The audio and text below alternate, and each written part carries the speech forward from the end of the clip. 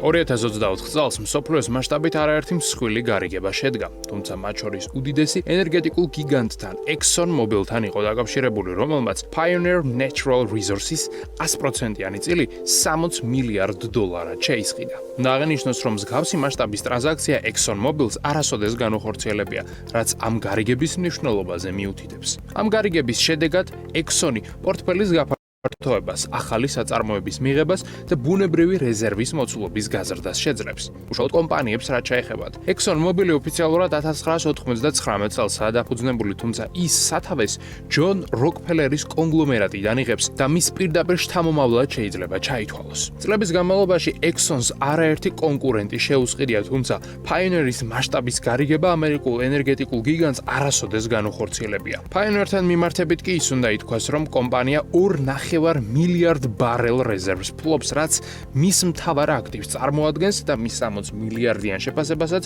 სწორედ ეს ფაქტი განაპირობებს. წლის რიგით მეორე უმსხვილესი გარიგება ასევე ენერგეტიკულ სექტორთან არის დაკავშირებული.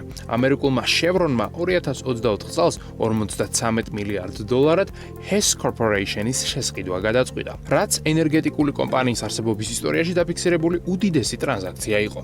ამ გარიგების შედეგად Chevron საწარმოო შესაძლებლობების გაზრდა და დამატებითი რესურსების ათვისება შეეძლება, რადგან კომპანია Hess-ი მსოფლიოს მასშტაბით მილიარდობით დოლარის აქტივებს ფლობს. გარდა ამისა, Hess-ის მფლობელობაში 1.5 მილიარდი ბარელის მოცულობის სანავთობო რეზერვია და ათობით ქარხანა, რომლებიც ჯამში 2000-მდე თანამშრომელს ასაქმებენ. უნდა აღინიშნოს, რომ გარიგების წარმატებით დასრულებამდე საკმაოდ ხანგრძლივი საგამოძიებო პროცესი მიმდინარეობდა, რომლის ფარგლებში ამერიკის შეერთებული შტატების კონკურენციის სააგენტო მოითხოვა, რომ Hess-ის დამფუძნებელი ჯონ Hess-ი Chevron-ის დირექტორთა საბჭოს არ უნდა შეერთებოდა, რაც ბიზნესმენისთვის უდიდეს რეპუტაციულ დარტყმას წარმოადგენდა. მართალია, ჯონ Hess-ი დიდ ფინანსურ სარგებელს მიიღებს, თუმცა დირექტორთა საბჭოდან მისი მოშორება იმას ნიშნავს, რომ Chevron-ის მართვის პროცესში მას გავლენა ვერ ექნება. ექსპერტების შეფასებით, Chevron-ის მხრიდან 53 მილიარდიანი ტრანზაქციის განხორციელება პირდაპირ კავშირში იყო მისი მთავარი კონკურენტის ExxonMobil-ის გადაწყვეტილებასთან, რომელმაც 60 მილიარდად Pioneer-ი შეისყიდა.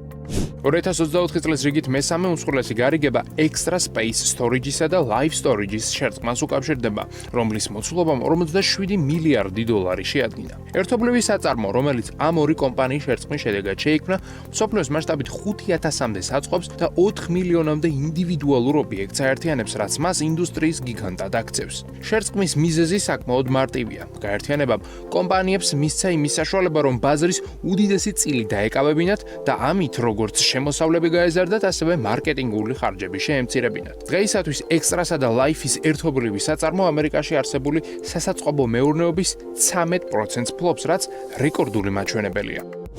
მოცულობით რიგით მეოთხე უმსხვილესი გარიგება ამერიკული ფარმაკოლოგიური გიგანტის Pfizer-ის მიერ $43 მილიარდ ბიოტექნოლოგიური სტარტაპის Seagen-ის შესყიდვას უკავშირდება. მართალია, Seagen-ის ბიზნეს მოდელი ჯერაც გაუმართავია, თუმცა ექსპერტების შეფასებით კიბოს წინააღმდეგ ბრძოლაში Seagen-ის პრეპარატს წარმატების ყველაზე დიდი შანსი აქვს. კომპანიის ასეთი ძვირი შეფასება კი სწორედ ამ ფაქტით არის განპირობებული. თუკი Seagen-ის მიერ შექმნილი წამალი მართლაც ეფექტიანი გამოდგება, მაშინ ამ გარიგებით Pfizer-ის აქციონერები უდიდეს ფინანსურ სარგებელს მიიღებენ. და ბოლოს, წლის ერთ-ერთი უმსხვილესი გარიგება კვების ინდუსტრიას უკავშირდება და ამ სფეროში წარმოდგენილ გიგანტს Mars, რომელმაც $36 მილიარდ Kellanova შეისყიდა. ეს უკანასკნელი Pringles, Cheez-Its, Pop-Tarts და ათობით სხვა პროდუქტს აერთიანებს, რაც მას ბაზარზე ერთ-ერთ უმსხვილეს მოთამაშედ აქცევს. რაც შეეხება Mars-ის Holdings, მის პორტფელში პლანეტის ყველაზე მოთხოვნად ტკბილეულს შეხვდებით, მათ შორის Snickers, M&M's, Twix, Milky Way-ს და Orbits. აგრეთვე მის პორტფელში 100-მდე სხვა სახეობის პროდუქტიც არის წარმოდგენილი. საერთო ჯამში ამ 36 მილიარდიანი გარიგების შედეგად Mars-ის Holding-მა კვების ინდუსტრიის ბაზარზე პოზიცია გაიმყარა და ისედაც უკიდეგანო ზომის პორტფელი კიდევ უფრო მეტად გააფართოვა.